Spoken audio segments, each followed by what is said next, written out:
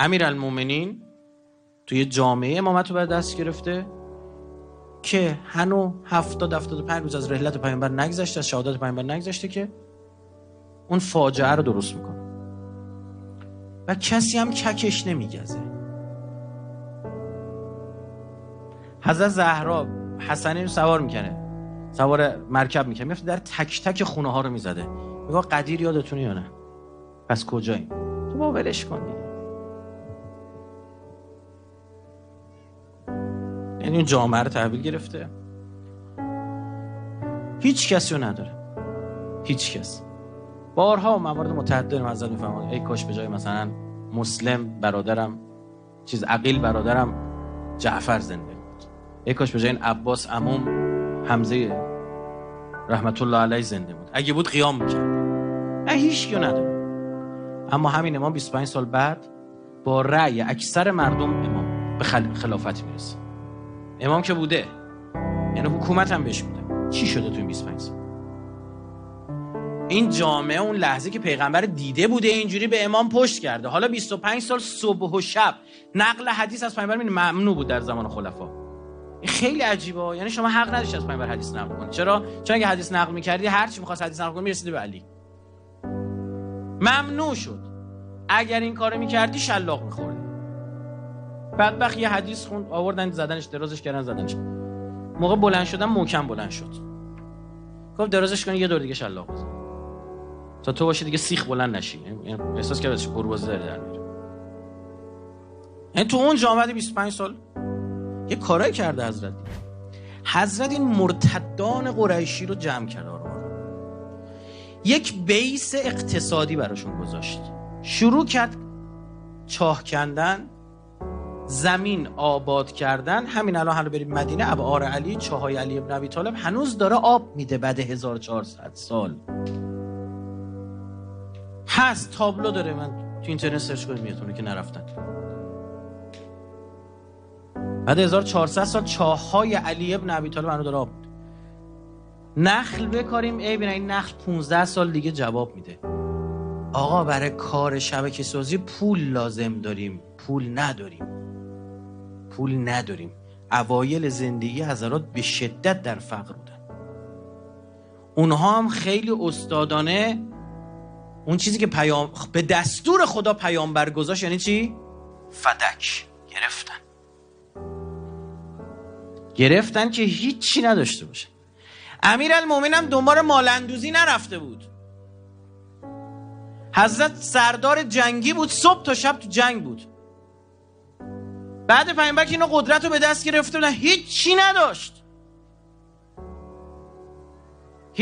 جنگ تموم شده و اومده و هیچی نداشت. شروع کرد زمین آباد کردن. حالا اینا زمان میبره دیگه. یه نخل رو به کار مثلا 10 سال چقدر طول میکشه این نخلستون بخواد بار بده، بعد با اونو وقف بکنی به فقرا، کار فرهنگی کنی، کار اقتصادی کنی، گشنه ها رو نجات بدی. تو همون هیروبیر حواست باشه خلفا خرابکاری نکنن، چون جنگای درست میکردن نزدیک بود کل اسلام به باد بدن. مشاوره درستن بهشون میداد. کسی که جلو چشش همسرشو زده بود میرفتش مشاوره میداد امیرالمومنین. تو سر ماجرای جنگ، ماجرای قادسیه پرسیدن دیگه، گفتش که من خودم میخوام در جلودار جنگ باشم برم. خلیفه گفت همه گفتم برو. اگه میرفت تموم بود کار. امیرالمومنین فرمود نرو، تو بمون تو مدینه، سپاه تو بفرست. چون اگه تو رو بزنن تو مثل حاکم، مثل اون چوب وسط آسیابه که گرد اون همه چی میچرخه. اون چوب کنده بشه آسیاب دیگه کار نمیکنه. یعنی مشورت درست میداد برای حفظ اسلام. من کسایی که حالا شما فکر کنید که به ما بگه اسبت یابوه.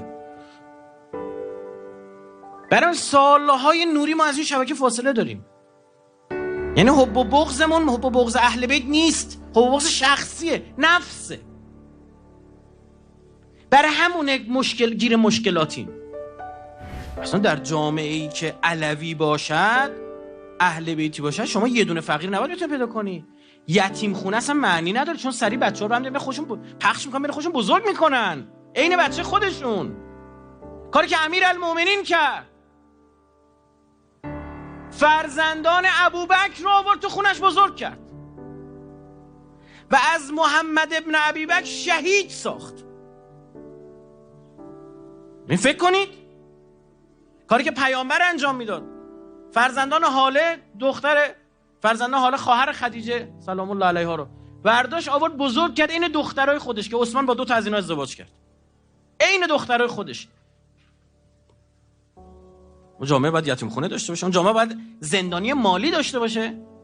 ببین گشنه نباید داشته باشه، یتیم خونه نباید داشته باشه و زندانی مالی نباید. حالا که نفر مجرم اقتصادی اون نوش جونش، زندانی مالی نداشته باشه. و یطعمون الطعام علی حبه مسکینا و یتیما و اسیرا. میگه اینا افطاریشونو دادن به اینا. انما نطعمکم لوجه الله، ما برای خدا داریم این کارو انجام میدیم. این جامعه است. امیرالمومنین رو باید آماده کنه. خونه دل خورد، دستها پینه زد. حضرت اوضاع به حدی در مورد تاریخ نقل کرد و میگه حضرت رسید 1 قرون پول نداشت. پیدا نمی‌کنی کسی مثل امیرالمومنین که میگه در ملک سلیمانی خود کارگری کرد.